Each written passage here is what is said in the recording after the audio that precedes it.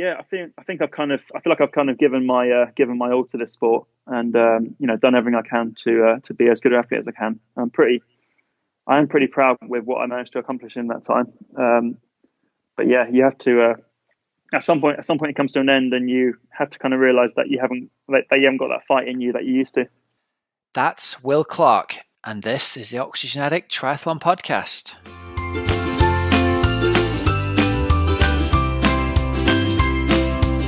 Hello and welcome to the Oxygen Addict Triathlon Podcast. We're brought to you every week by our sponsors, precisionhydration.com. You can personalize your hydration strategy today with electrolytes in different strengths that match how you sweat. You can get 15% off with your first order with the code OxygenAddict15. And we're also brought to you by wearetribe.co, natural sports nutrition. You can try a pack of 6 delicious, 100% natural, vegan, energy and recovery products from Tribe for only £2, including free delivery, with the code OxygenAddict20. All right, everybody, welcome to the show. I hope you are all well today and enjoying this beautiful weather that we have in January. I've got a cracking interview of the week lined up for you today. I've got an interview with Will Clarke, one of Great Britain's most successful athletes of all time, from world junior duathlon champion all the way through to going to the Olympics, through to going 7:45 Ironman distance. Will has been just one of the main characters in British triathlon for about 16 or 17 years now. And Will has decided that he's no longer going to race as a professional. So the theme of today's interview is very much sort of life after professional triathlon for Will. So we get a nice look back over his career, talk about last year, about how it all panned out after. You'll remember the last time we had him on the show, he had some really successful races, broke the course record at Outlaw Half Nottingham, great race at Half Staffordshire. He won Outlaw Half Holcombe, and then he went out, finished second at Ironman Brazil. So he had a cracking build up to the year. However, Hawaii didn't go the way that he wanted it to. And at the end of the season, his contract with his sponsors wasn't renewed. So I thought it'd be an interesting show to interview someone who's been there, seen it, done everything, and listen to his plans for the future. So you can stay tuned in for that later on today. Other than that, we've got some great news coming up, some interesting announcements happening today. Before we get into that, I'm going to give a shout out to our sponsors, Tribe. If you guys are trying Veganuary, then I think Tribe's range of Infinity Energy bars, and protein shakes, they're all 100% natural vegan energy and recovery products. So if you're giving that a go, they'll really help you keep your protein levels up, and it's also good for you to have some vegan friendly snacks on hand as well. You can choose what you want in your 6-pack. It's delivered through your door and it gets posted through in a very cool little cardboard container as well, so it fits really nicely through the door, and you don't have to go and chase the postman down and spend 2 days waiting for it to get redelivered if your postman is anything like the one round our way. Tribe have just launched 3 brand new protein bar flavors. They've got cherry bakewell, double chocolate, and white chocolate and raspberry. Now, I put myself a little order in a week ago, and I've got to say, hats off. The double choc protein bar is an absolute smasher. I'm really impressed with it. Dead tasty, packed with protein as well. So you can get that a go. If you've not tried Tribe before, get over to wearetribe.co/Oxygen Addict, and you can enter the code OxygenAddict20 at checkout. That'll get you a 6-pack for just £2. And it's actually really cool. You can choose whatever you want. You don't just get sent products. You can choose any of the combination of energy bars, protein shakes, whatever it is you want from their range. You can sort of personalize the whole packet. So get over and check it out with the code OxygenAddict20. Right, first up today, big news is, well, we've reported this big news a few times over the years. It's actually really happening. The Collins Cup is actually really going to happen this year. It is going to be out at Samarin, where Challenge hold the championship half-distance race. The Collins Cup is going to be, first up, it's a big move that the PTO, the Professional Triathletes Organisation, that's been going for sort of 4 or 5 years now in various guises, they have finally got a big money backer signed up to sort of fund the Pro Triathlete Union and also to fund prize money for this Collins Cup. There's going to be $2 million worth of prize money in that one half-distance event that's going to be taking place at the end of May out in Samarin. And there's various guises have happened of this over the years, but they've scrapped a lot of the previous ideas. So the way this is going, they've announced a partnership with a company called Crankstart Investments. The chap behind this, from my little bit of research here, is a gentleman called Michael Moritz. He's a Welshman by birth and moved out to America, and he's a billionaire tech investor and philanthropist. It looks like he started out as a journalist writing for Time magazine, and then he wrote a book about Apple and then moved into tech investing, made his fortune in that, and is now basically using his fortune to give it away to people in philanthropy. So one of the things he's doing is he's trying to fund triathlon to go to the next level in the same way the world tour of tennis has happened, the same way that golf has happened. They're trying to do a very similar thing here with triathlon, and I think it's an absolutely fantastic idea. So if you want to learn more for yourself, you can check it out over at thecollinscup.com, but I'll give you an overview of what's going to happen. First up, the PTO are going to rank triathletes. They're going to be ranked across lots and lots of different distances. And the way they're doing it is they're basically using the model that tryrating.com have used for years. They're going to rate a course according to like a weighted average time. And they're going to decide, right, sort of like the par for this course is a certain time. And athletes who go faster than par for the course get more points. Athletes who equal par for the course get 100 points. And if you go slower than their estimated time, you're going to get a few points less. Athletes' races, their best 4 races over the last 2 years count, and there's some weighting goes on according to more recent races count a little bit more. But effectively, across Olympic distance, half iron and full iron distance racing, they're going to rank all the athletes in the sport and come up with like a rolling, updated every 2 weeks, a rolling category of ranking of those athletes, just like you might see in golf. And the Collins Cup is very much being picked as the Ryder Cup of golf.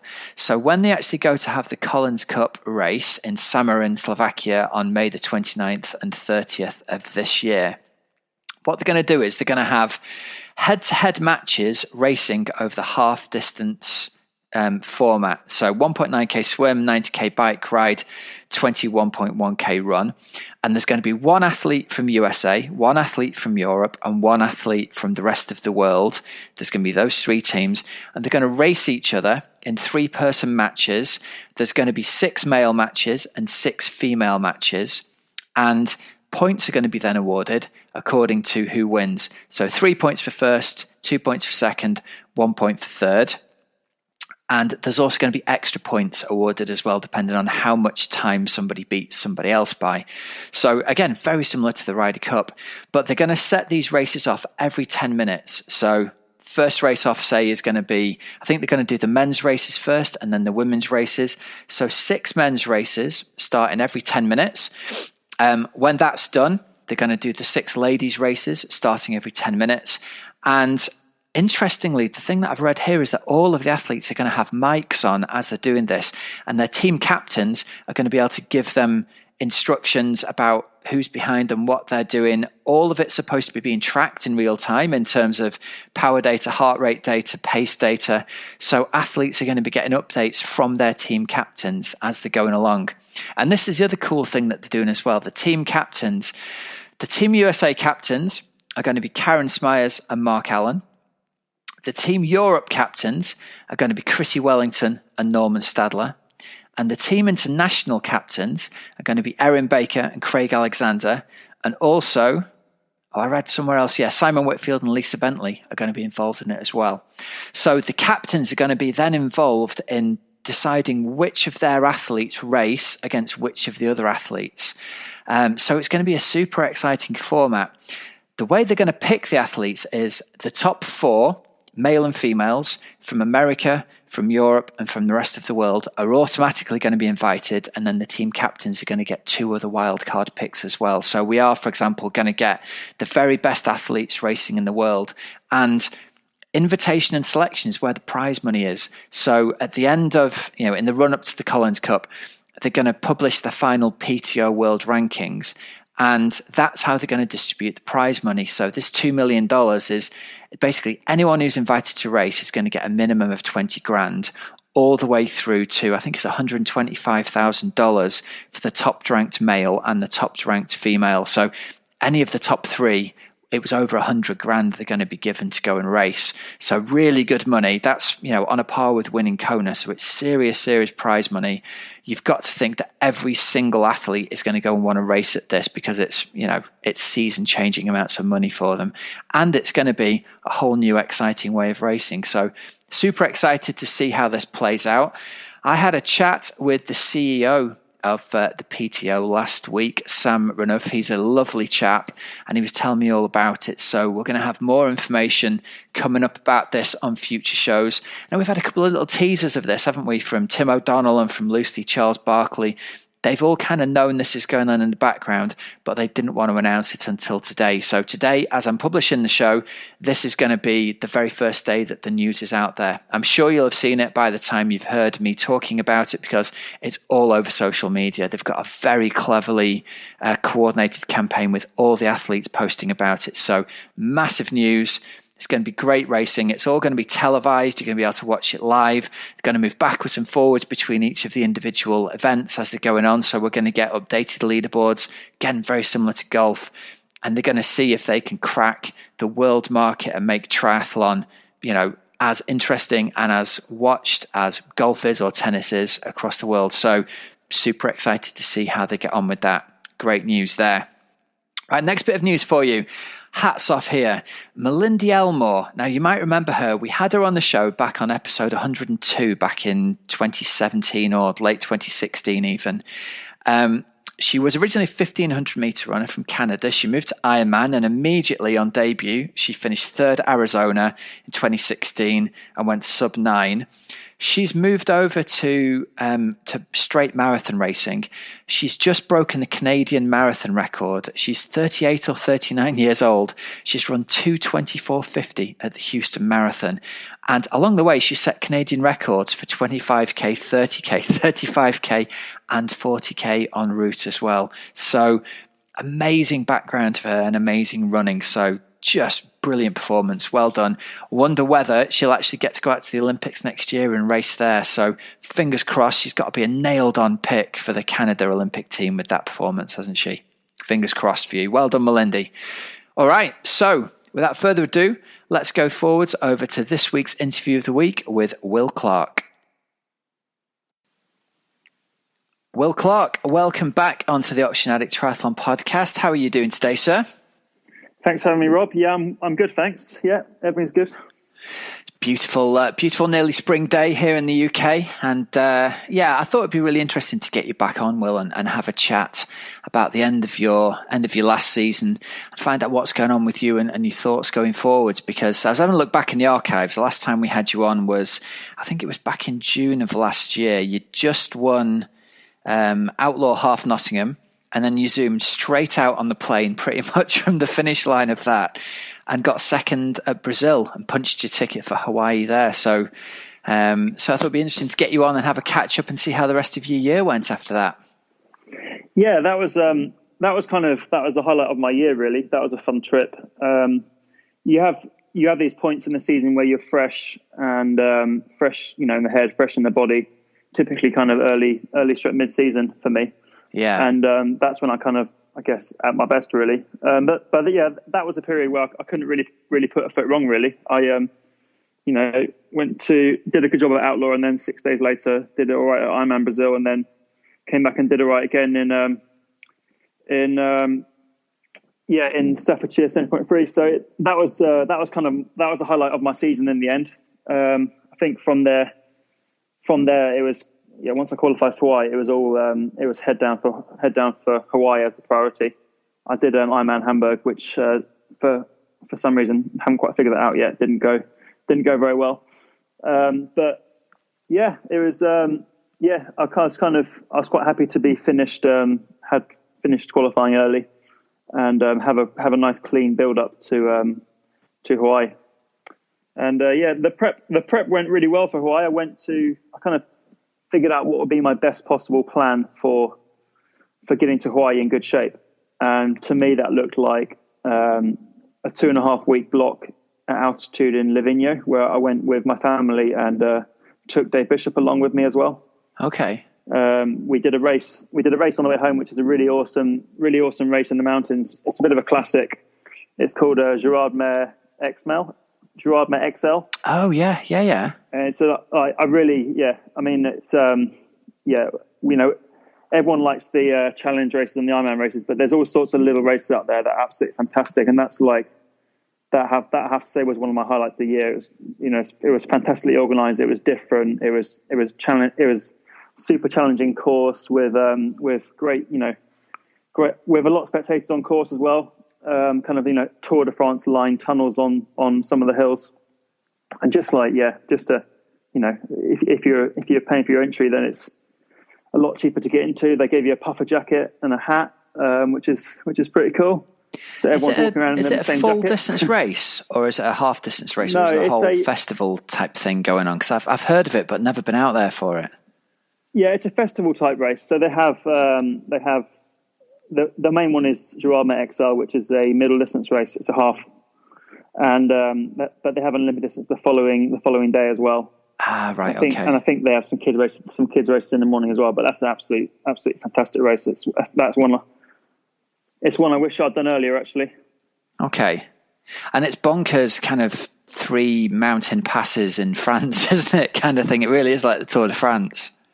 Yeah, exactly. Yeah, it's fantastic. It's a free lap course. So you take in, I think it's 2,200 meters of climbing in 90k, which is pretty solid, and fast run. So I had a pretty good race there on the way home, and then I went to the Woodlands to train with my mate Mark Matthews, who's a very good age grouper who was racing for Team Free Speed, and he came with me for the whole trip, and then we did a lot of training with Patrick Lang, and me, Patrick, and Mark Matthews did the most together.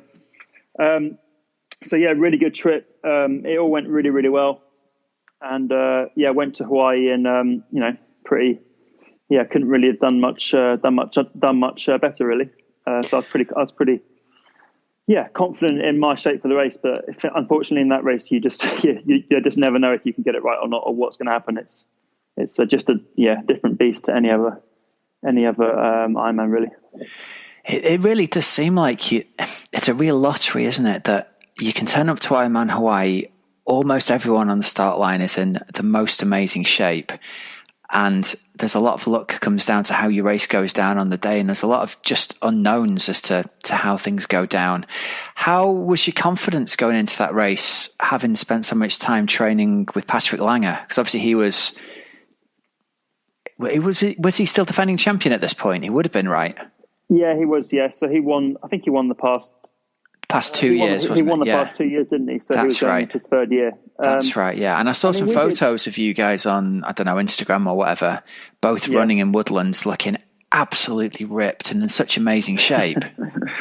Yeah, I was really confident because I had the altitude in the body from Livigno, and then I had, I pretty much dropped my running program and just went, Patrick Lang's here. He's one of the best in the sport.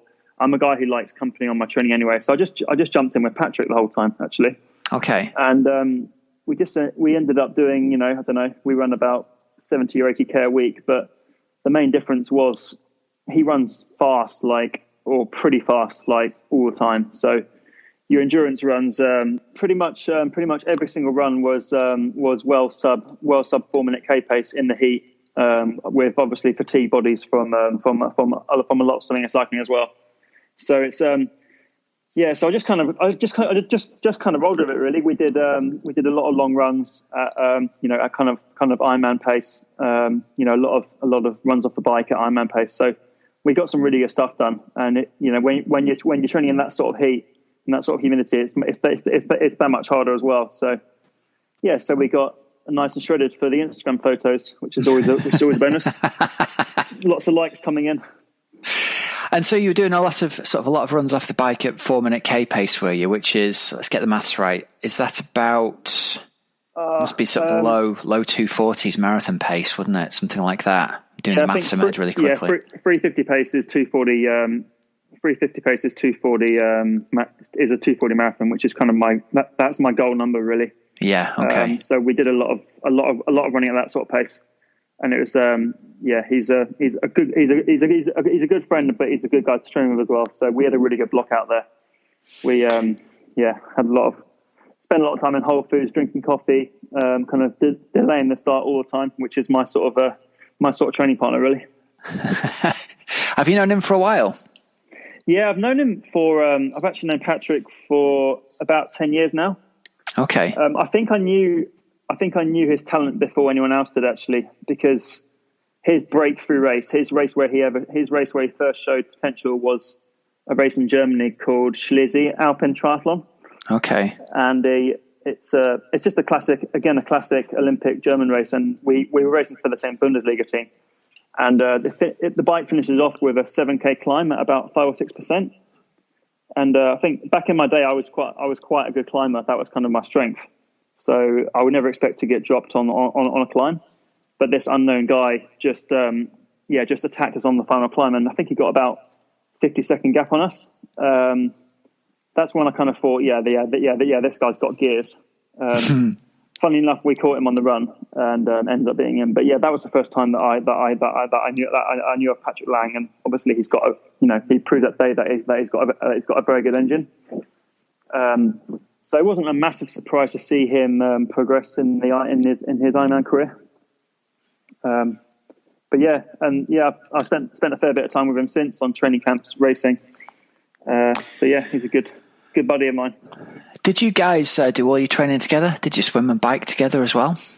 Yeah, pretty much. Yeah, we did.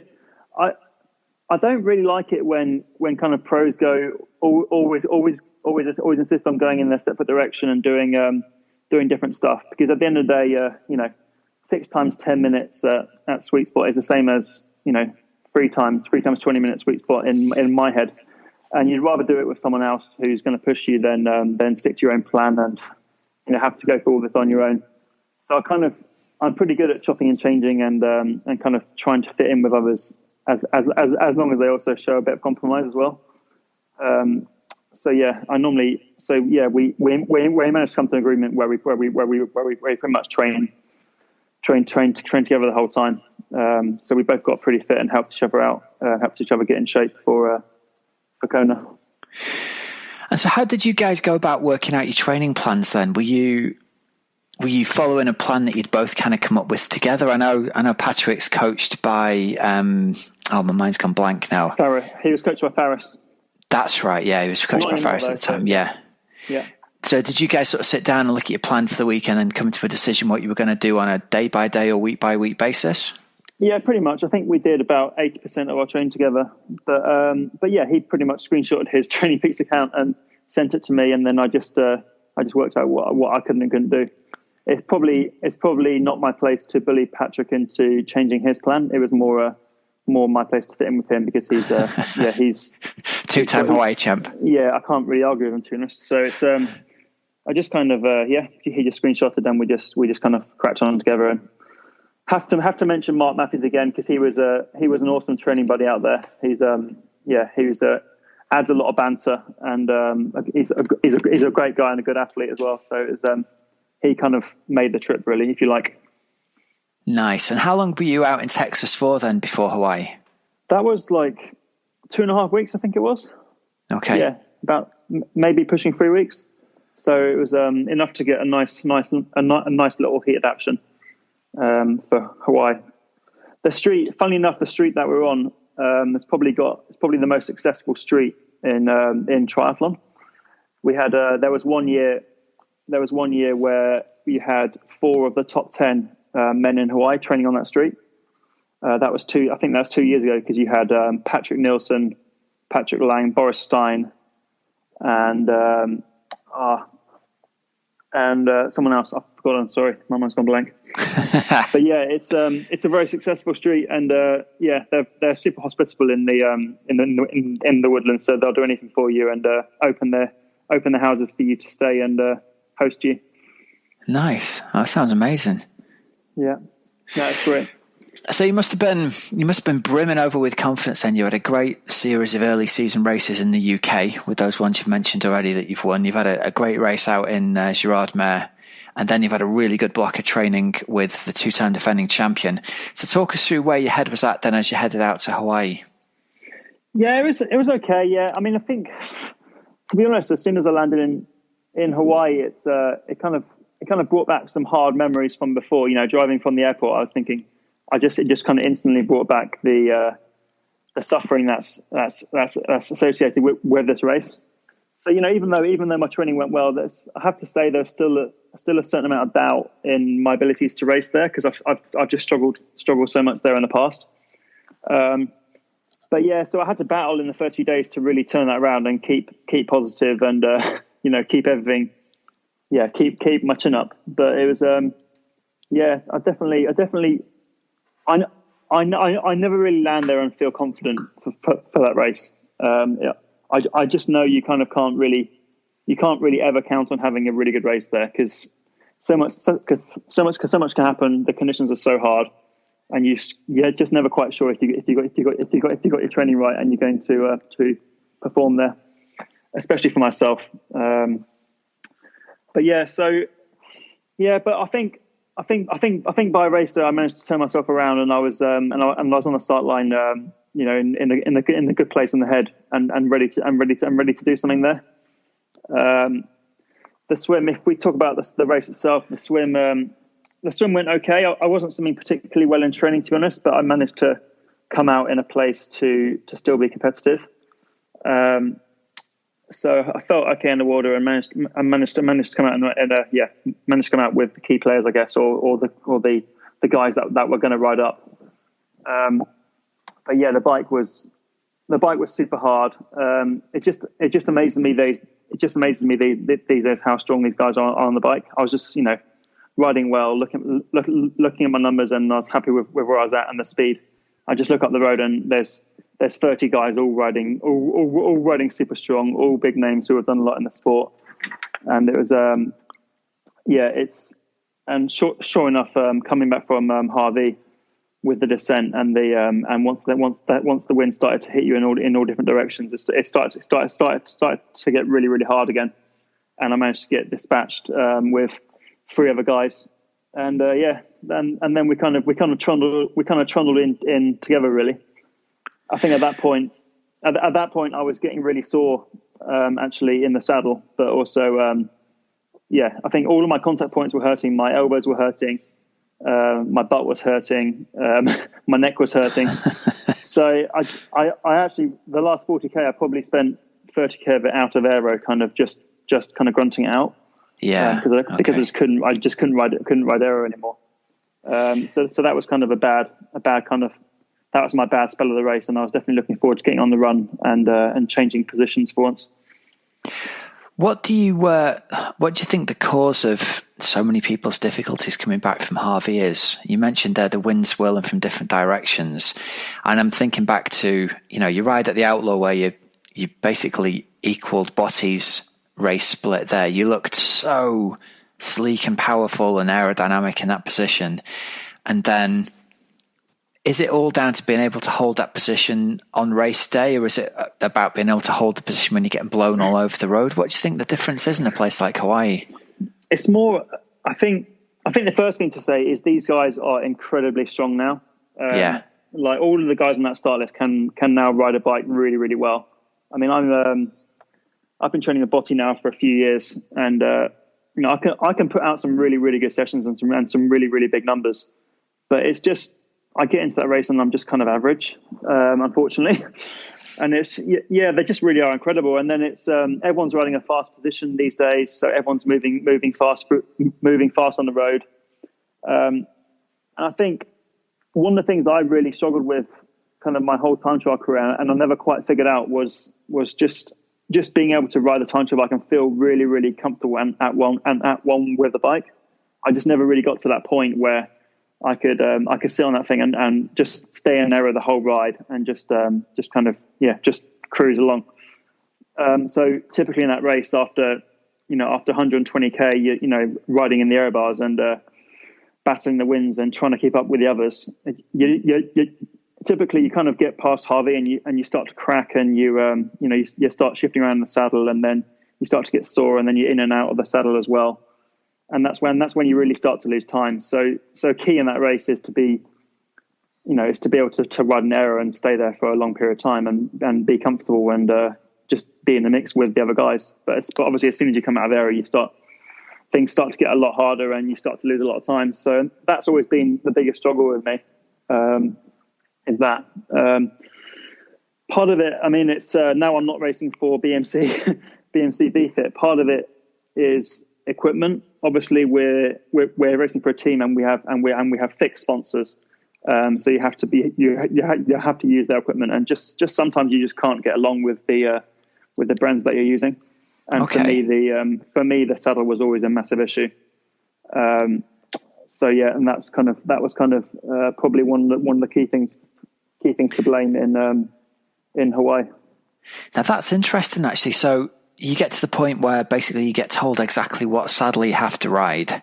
And I mean, anyone who's listening to this and who's done some triathlons know there's like a rotating cast of saddles passes through everyone's houses, isn't there? You buy a new saddle, that doesn't work. Here you are, you try it, I'll have yours. And I remember I found a saddle that worked for me and I bought 3 of them. They were already discontinued and I've still got 2 in the garage. And it's like you hang on to that one comfy thing that you know will last forever. My dad's the same. He's 75 and he's still got 2 of those old Brooks roll saddles in the garage that he bought back in the 80s. It must be super hard to be told, here's one of your key contact points and you can't change it because of sponsors. Yeah, it's really hard. And I kind of really struggled with a few things on that team for a while. One of them was the cockpit, and one of them was the saddle. And but we're still obliged to use it the whole way through. Last year was actually the best year because they kind of relaxed. They relaxed a bit on the cockpit, so I could use Botti's arm pads, and I could also get some angles to actually bring my hands higher and bring my arms up into a more aero position. But saddles, that was another thing that we couldn't budge on. And to put things into perspective, I was kind of in so much pain. I was kind of in so much pain by the end of the bike that, excuse my language, but I was pissing razor blades for the next kind of 3 days. Oh, really? So it's really, it really was a big issue for me. And that's a race ender, isn't it? That's the end of your whole season if you're not comfy on the saddle.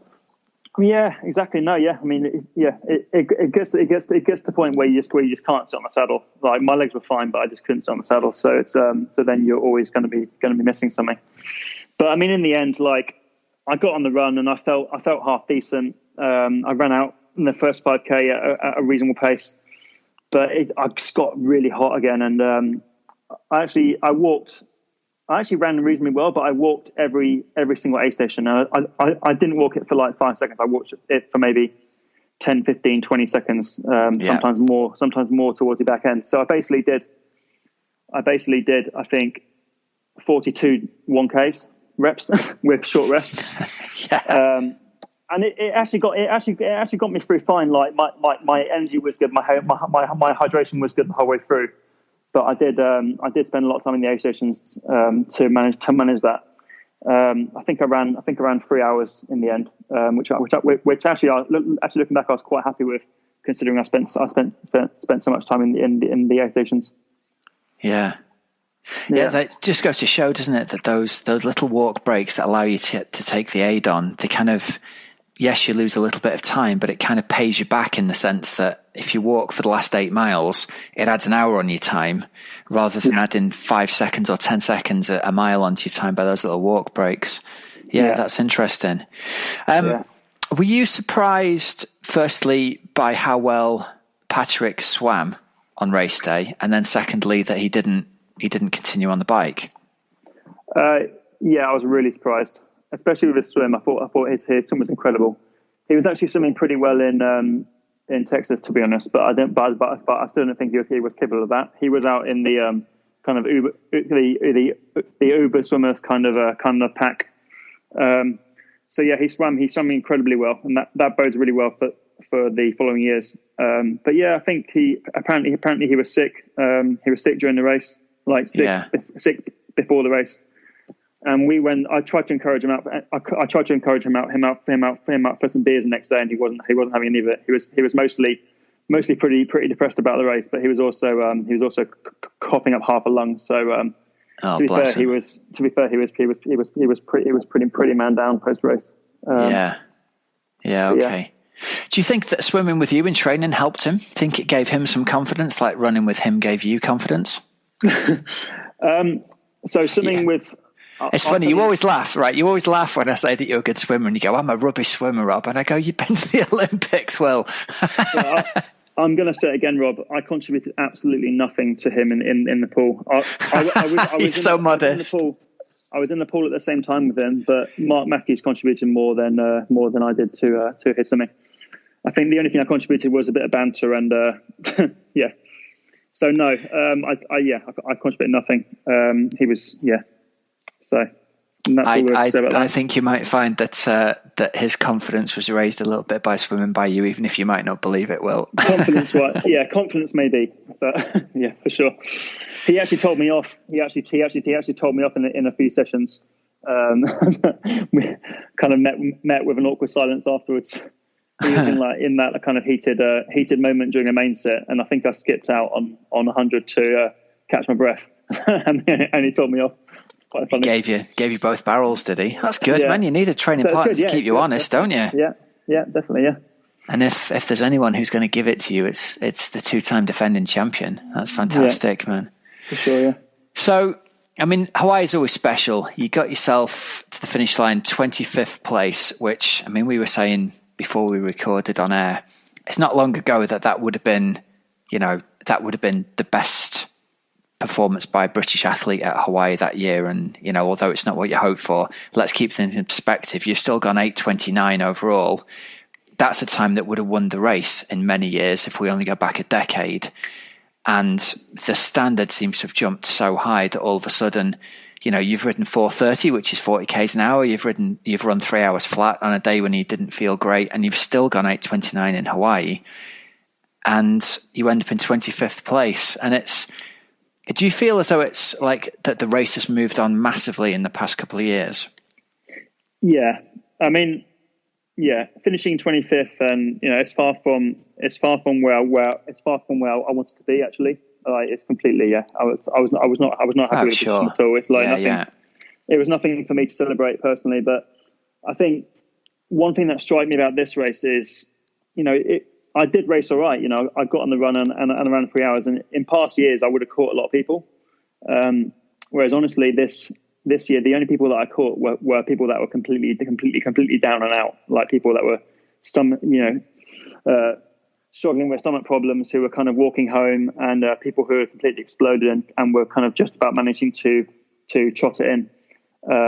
I think another few K I would have caught maybe Alistair and Lionel, which is quite funny because they were just that bit far ahead that they managed to hold me off. But yeah, there was people on the horizon who were struggling, but people are really holding it together a lot better these days.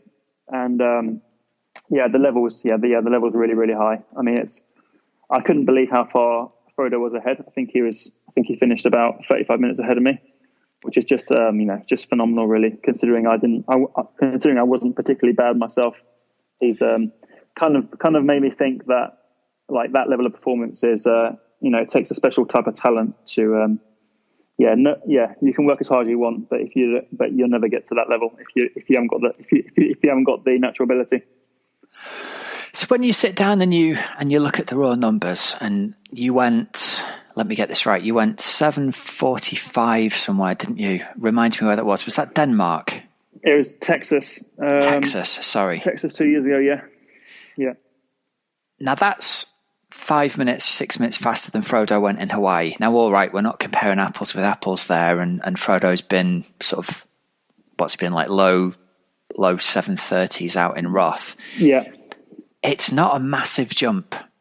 And my brain looks at that and goes, right, 7:45 on that course, 7:35 on that course.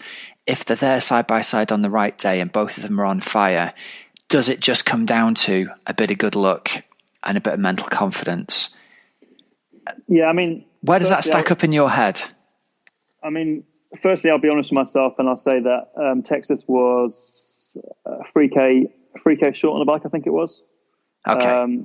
So that brings us to I guess the same time. If like my Texas time would have been the same as Frodo's Hawaii time, pretty much. But I think Hawaii is just a completely different beast. It's a lot much harder on the run, much more challenging conditions. Even though Texas can be quite hot as well, the bike's a lot easier in Texas as well. So when we raced it, it was a pan flat fast course. It was perfect conditions. We're in a big pace line of 10, 12 guys. Even if you are riding fair, it's still super fast on that course. So yeah, you just can't really compare the two. And he's definitely like 752 in Hawaii. He's absolutely phenomenal racing. I think it's you have to be an extremely special talent to race that fast. Do you think he's the greatest of all time over the iron distance? Yeah, definitely, 100%. Yeah, definitely. The best triathlete of the time. I've always kind of maintained that Alistair's my guy for that. I think he's the most talented athlete. I think he's the most talented triathlete that there's ever been. But I think Alistair, for his ego, will want to go to Hawaii and race well there as well to kind of cement that. Yeah. But I think Alistair's Olympic distance racing is phenomenal.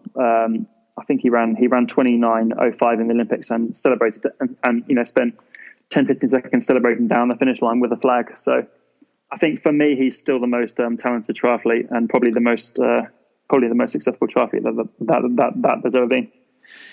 It'd be great to see him have his perfect race at Hawaii, and for Gino to do the same again next year. Like, there's question marks as to whether Jan Frodeno's going to come back and race next year, but I'd love to see him do that, just so that Ali Brownlee can go back and race him and have figured out Hawaii a little bit more and see those two go head to head, because it could be another iron war for the ages, couldn't it?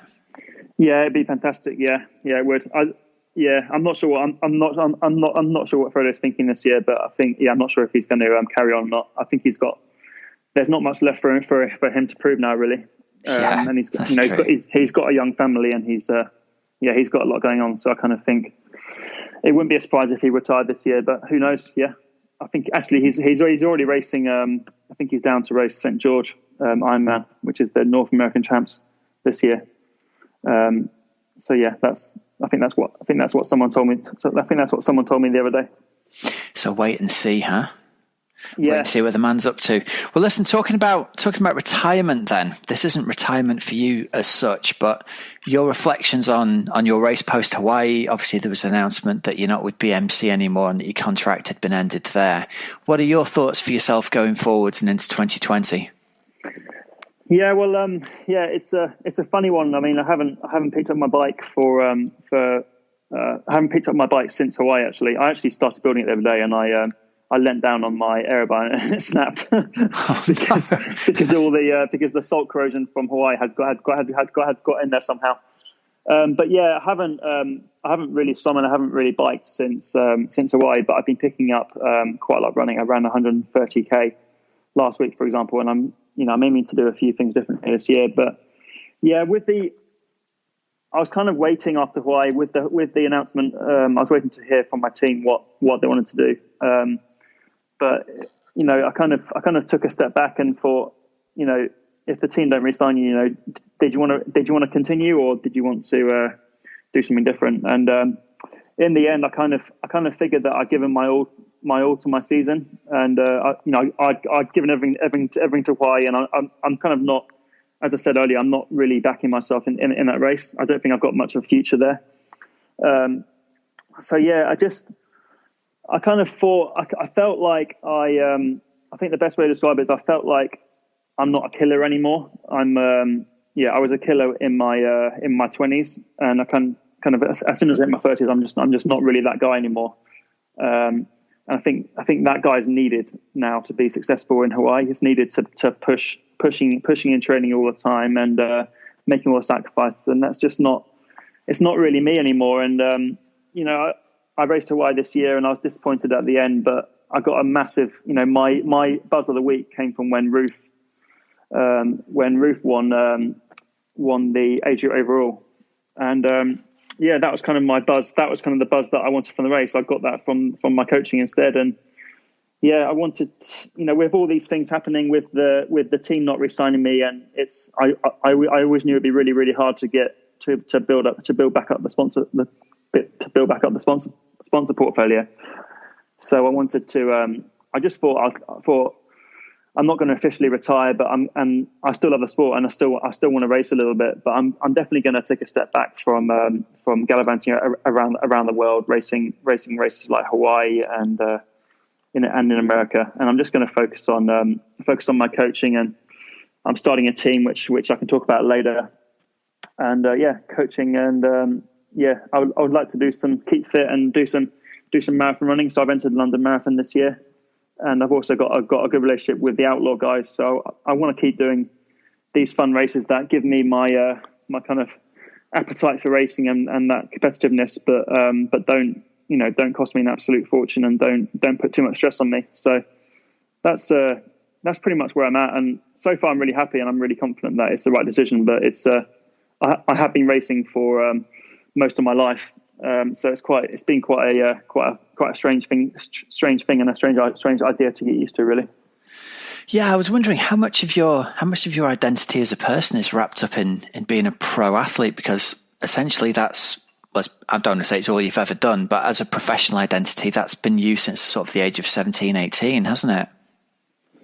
Yeah, exactly. I actually, before yesterday when I was sitting on my sofa, I kind of I knew I had the Skype call to take with you and this podcast. So I kind of looked back and I thought I've done a major championships or a world championships every year of my career from 2002. I think 2002 started with World Junior Duathlon Champs, and 2003 was my first World Junior Champs where I finished third. And ever since then, it's been every single year I've had a big race to focus on and a big goal. And what that kind of shows to me is obviously when you're racing world champs, you train super hard and you try and get in peak physical condition. And I've done that every year for the past since 2002. So it's I feel like I've kind of given my all to this sport, and done everything I can to be as good an athlete as I can. I am pretty proud with what I managed to accomplish in that time. But yeah, you have to at some point it comes to an end, and you have to kind of realize that you haven't got that fight in you that you used to. Looking back, what's been the highlight? Your favourite race you think that you've had? Because obviously you've been racing, that's like 18 years of racing at the very highest level of World Championships or Olympics or something similar every single year for 18 years. What's been your favourite racing experience during that time? I think I had three peaks in my career. I think I had a peak when I was pretty young, where I won World Under-23s and European Under-23s, and I think in that same year I podiumed in the World Cup, and then the following year I got fifth in the Senior World Champs, and qualified for the Olympics off the back of that. So that kind of period, 2006, 2007, was really, really good for me. And it just shows as well. That kind of shows to me that you actually can reach your peak like quite young. I think that was 3 or 4 years into training professionally, and I was already pretty much at my peak.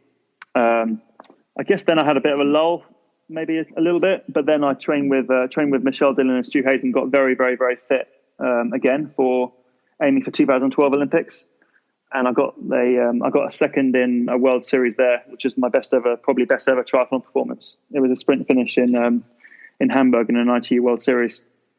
And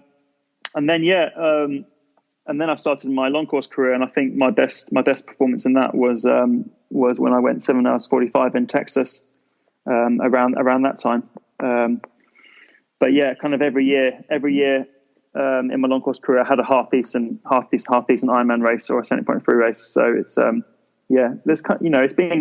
it's it's been pretty steady away, to be fair. But those are my key highlights, I guess. Well, you mentioned a minute ago that actually one of your highlights of being in Hawaii, and I really love to hear this because I love, hearing people, young coaches, taking pleasure in the performance of others rather than, it just being about themselves. You mentioned the performance there of Ruth Purbrook, who obviously won the overall age group title, who you've been coaching for a while. What were your feelings looking at her performance and her potential going forwards?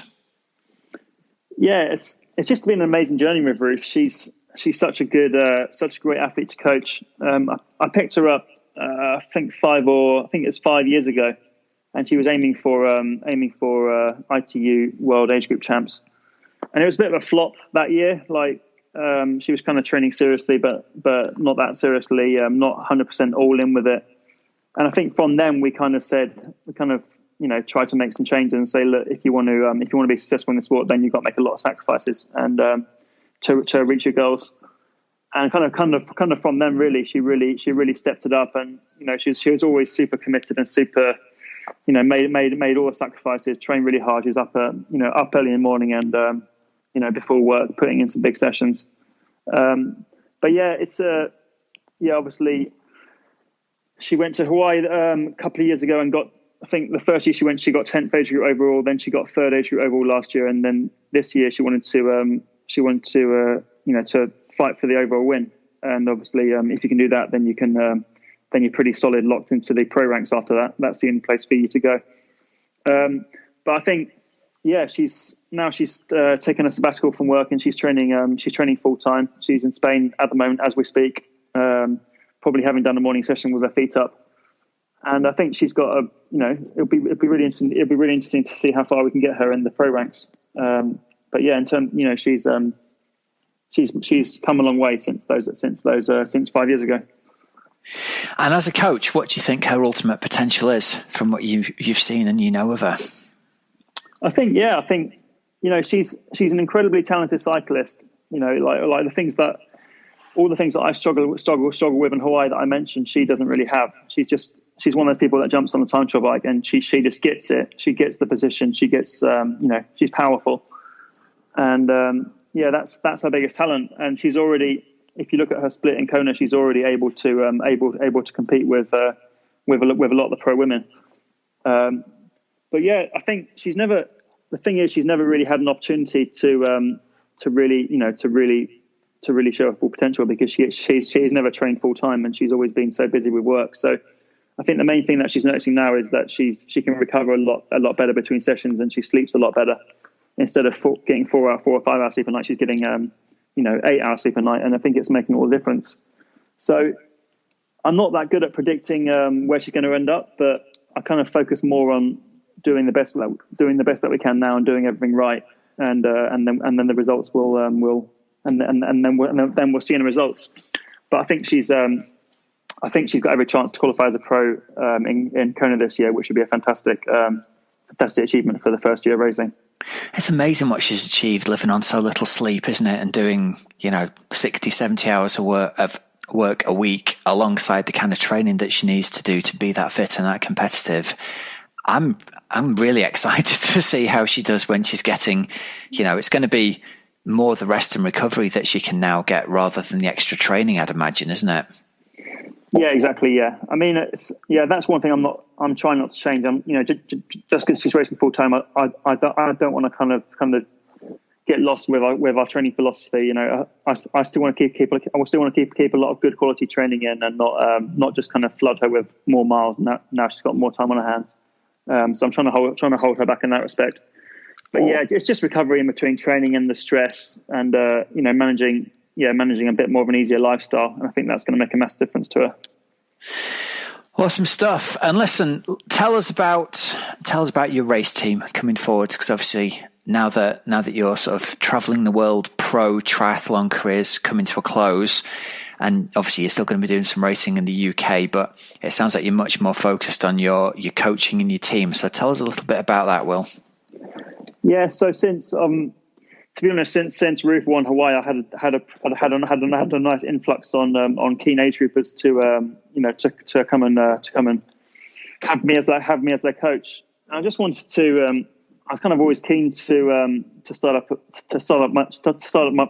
my own squad. I called it Riot Racing Club. I can go into that later, but it's we had a team called the Riot from that Craig Twigg and I started from 4 or 5 years ago around here, and I just really like the name. So it's called Riot Racing Club. I've got a few interested brands who are working with us. So on running are supporting us, and iCore Labs, which is a CBD product from Colorado, are supporting us, and Orca. So we've got some kits made, we've got some discounts and some free products, and I want to kind of get a team together to people can join us and come and race for us, and we're going to be at events, with our branded tent, and just an online community as well. So we got a closed Facebook page where we kind of catch up and share stories and share tips and advice.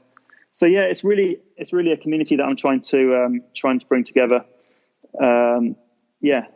Trying to get lots of people racing in our kit, and see a lot of riders at races.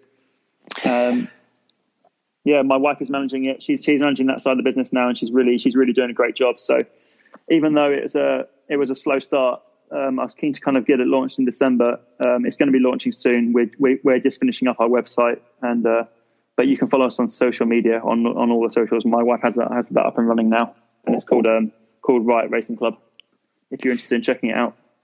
Awesome stuff, man. Hey, well, listen, it's been great to catch up with you, Will. Is there anything else from your end that you want to fill us in on before we wrap this up?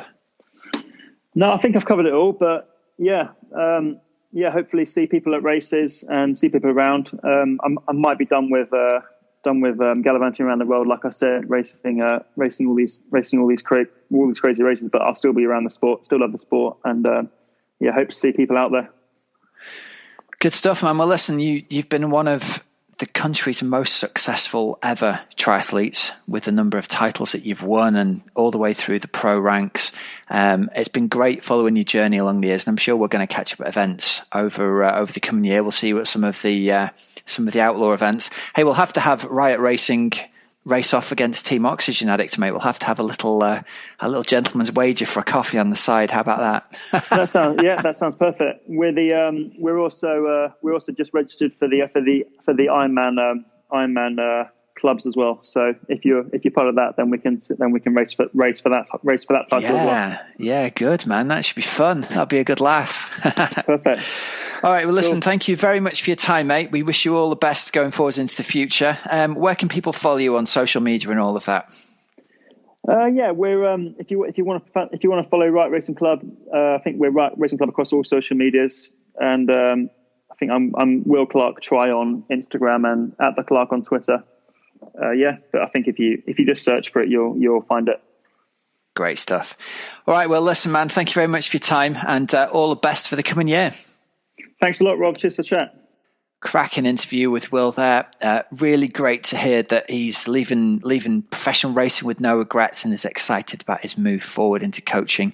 And great to hear about the success already of one of his young coaches, Ruth Purbrook, who I'm sure you all know already after her amazing results out in Kona. So best of luck to you, Will. It's been great following you over the years, and I'm sure there are many, many great things in your future in the world of coaching as well. Excellent stuff.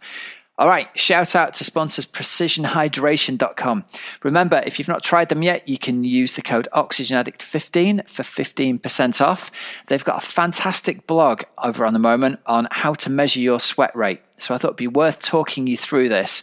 If you guys are training indoors on the bike, or you're training indoors on the treadmill, or it's hot where you are, it's great to get a measure of how much you're actually sweating. So they've got a great blog here about how to accurately do this. And essentially all you need is an accurate set of weighing scales, a dry towel, and a set of small scales to weigh your water bottles. What you're going to essentially do, you can read their blog for the full details, but here, we're going to get you to weigh yourself before you work out. We're going to get yourself to weigh yourself after you work out, after you've held yourself off, and we're going to weigh what you've actually drunk during that workout. And that gives you a really good lead as to how much you're actually sweating. There's a range really, anywhere between 500 milliliters an hour through to about 1.5 liters, and so 500 milliliters an hour through to 1.5 liters an hour of sweat. Some people are higher than that, some people are lower than that. But if you are at the higher end, it's really great to know what's going on. It's obviously very hard to replace as much water as that during a workout itself. So it's great to get and measure on how much you're sweating so you can start to replace some of that as you're working out, and you can replace some of that after the workout as well. But again, really great blog. Get over to Precision Hydration and check it out. I'll put a link to this in the show notes so you can read all about that for yourself there. And Coach's Couch this week is going to tie in with this, because what we're going to be talking about in Coach's Couch is the most effective way to improve your cycling for any distance of triathlon during the winter time. And obviously the big challenges of training on the bike during the winter are, firstly, you've got short daylight hours, and most people who are working full time are going to find it very difficult to get outdoors and train. The other challenge is it's very hard to go out and do traditional base training if you're either doing it in the dark or you're spending lots of hours trying to do base training indoors on the turbo, because it's just not very interesting. So the most effective way you can improve your cycling during the winter is by trying to improve your functional threshold power. Now, it isn't complicated to do this, but it isn't easy. So simple workouts, but challenging, physically hard workouts. What we're going to get you to do is we're going to get you to work at 100% of your functional threshold power, or if you're not sure what that is, that's the same kind of power or the same kind of intensity that you would ride a 1 hour time trial at. It's really hard to measure this indoors on your own in winter, so a great way to do it is to do a 20-minute flat-out test and then take about 5% of that power off that you record in the 20-minute test. That's going to give you your functional threshold power if you're riding with a power meter. If you're riding with a heart rate monitor, the average heart rate for the 20-minute time trial that you do is going to be there or thereabouts, especially if you knock a couple of beats off, there or thereabouts your functional threshold heart rate. Okay, so then what you can do is try and do a workout on the indoor trainer, on the watt bike, on the gym bike, where you're doing intervals of about 5 minutes long with about 1 minute's recovery in between. So 5 minutes at 100% of FTP and then a minute's recovery. You can vary those numbers as long as you keep the ratio about the same. Okay, so say you do a 10-minute interval, you get a 2-minute recovery. And by doing about 30 to 40 minutes of hard work within a 1 hour main set, you are going to be doing that twice a week. That's going to give you about the maximum training that most age groupers can absorb in a standard working week in order to grow your engine. If you grow your engine, you are faster and more powerful. And that translates to effectively, all other things being equal, for you traveling faster outdoors when you go back to outdoor training for the same power output. Okay, so if you are a Zwift user, here's something for you. We're going to be leading a Zwift ride on Wednesday, the 29th of January. And you're going to get a chance to trial one of these FTP workouts that we give to our team athletes. So look for the details. It's going to be in conjunction with try247.com. All the details on how to sign up and stuff will be on try247.com. So again, the ride is going to be on Wednesday, the 29th of January, 7 p.m. UK time. You can be riding with other Team Oxygen Addict athletes. I'll be leading it. We'll be getting on there and doing one of my classic main sets, and get on there and see how you like it, see how it works, see how quickly 30 minutes of a main set goes by, and how you can improve your cycling with a couple of focused workouts every week. All right, so all details will be posted on the try247.com site over the coming week. We'll hopefully see loads of you on board there on Wednesday, the 29th of January at 7 p.m. Second thing on the back of Coach's Couch, I just want to say a massive thank you to everybody who voted for me as Coach of the Year in the 220 Triathlon Awards. I'm super happy to be able to tell you that I actually won the award. I was voted Coach of the Year in the 220 Triathlon Awards. So really amazingly happy about that. And Team Oxygen Addict also got voted as Club of the Year as well. So I really appreciate anybody who took the time to vote for me and for us in that award. I started out in triathlon reading 220 magazine back in the late 90s. So to me, to win that award is pretty massive. And bless, my mum and dad were super excited when they found out and rang me up. And, you know, all my friends, all my teammates, all the guys I coach, everyone's really honoured and thrilled to have won it. So I really appreciate you taking the time to go on there and vote. That's brilliant. Now, remember, with Team Oxygen Addicts, we've currently got until the end of January, we've got an offer on. If you're interested in coming and training with us, we've got an offer where you can get 30 days of coaching for £1. The link for that is in the show notes for here, or you can go to teamoxygenetic.com, and the link's up there as well. But click the link in the show notes. We're basically going to onboard you and give you your first month of training just for that £1, and give you you're a full member of the team at this point. It's not just a random cut and paste plan. It's going to be the plan that's appropriate to you, your background, and your goal, races and events. So there is a lot of onboarding involved in this for me, but that's okay. I really believe if you're looking for coaching and you get on board and you really throw yourself into this 100%, you're really going to make massive gains in a month, and you'll want to stay with us, which is why we're doing, basically come in for a quid and give it a go. So it's really great if you can get yourself on and get it done as quickly as we can, then we can get you onboarded. We've had about 50 people join up and have a go at this in the last 2 weeks. So it'd be great if we can, probably going to cap it in about another 20 people, I think, because there's going to be more than enough people coming on board for a taste of it at that point. So click the link in the show notes, give it a go. We're going to give you a massive jump in your FTP over the winter, and you're going to be much faster come the summer. And I think when you see the training plans that you get, the support you get from your teammates, the support you get from the coaching staff in our Facebook group and the video calls, I think you're going to want to stick around. So come and give it a go. And a couple of testimonials from people who have signed up over the last week or so. Sarah King has said, "This is a really great start to my training with TOA. The support and information is fantastic." Patrick Timmer said, "I'm enjoying it a lot and don't feel completely beat the whole day like many of the days before when I was training on my own." And Katie Bower said, "It's been a great week. I'm really enjoying it so far. Thank you." So thanks, Sarah, Patrick, and Katie. It's great to have you in the group, and I'm really glad that you're enjoying the training so far. Okay, so remember, click the link in the show notes, everyone, if you want to come over and give training with Team Oxygenetic a go for a £1 trial for your first 30 days. All right, guys, well, that wraps up today's show. So listen, thanks to our sponsors, Precision Hydration. Use the code OxygenAddict15 for 15% off your first order. We are Tribe.co. Use the code OxygenAddict20 at checkout to get 6 bars or products for £2. Thriver.co. You can use the code OxygenAddict50 for 50% off your first finger prick blood test. And if you're looking for triathlon coaching, you can get 30 days for £1 from teamoxygenaddict.com. Remember, there's links in the show notes for all of those sponsors so you don't have to remember them. And until next week, have a great, safe training and racing week. I'm Coach Rob Wilby, and you've been listening to the Oxygen Addict Triathlon Podcast. Thanks, everyone. See ya.